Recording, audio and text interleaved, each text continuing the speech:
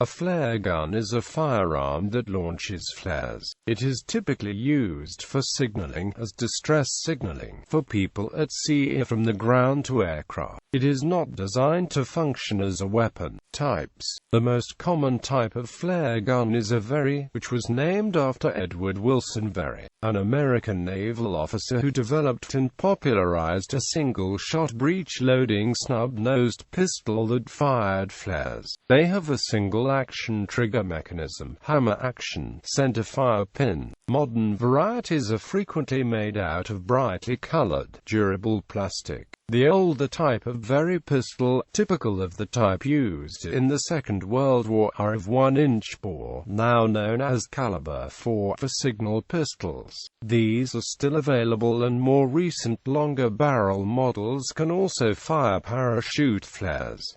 Many newer models fire smaller 12-gauge flares. In countries where possession of firearms is strictly controlled, such as the United Kingdom, the use of Very pistols as emergency equipment on boats is less common than, for example, the United States. In such locations, distress flares are more commonly fired from single-shot tube devices, which are then disposed of after use. These devices are fired by twisting or striking a pad on one end, but the contents are otherwise similar to a round from a flare gun, although the flares themselves are much larger and can burn brighter for longer. Another gun control heavy country, Russian Federation, has a special tube-shaped flare launching device called a hunter signal, which is reusable but is deliberately designed in a way to avoid resemblance to a gun. Flare guns may be used whenever someone needs to send a distress signal. The flares must be shot directly above, making the signal visible for a longer period of time and revealing the position of whoever is in need of assistance. Used as weapons. While not intended as a weapon, flare guns have been used as such in some situations. Towards the end of World War I, during the final offensive of the Sinai and Palestine campaign, on the 19th of October 1918, a German aircraft was destroyed on the ground by firing a Very light into the aircraft.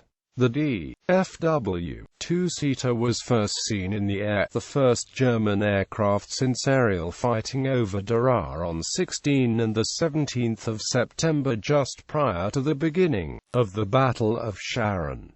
The two-seater was forced to land and was destroyed after the German pilot and observer had moved to safety. In 1942, a German pilot mistakenly landed at the Pembrey airfield in Wales.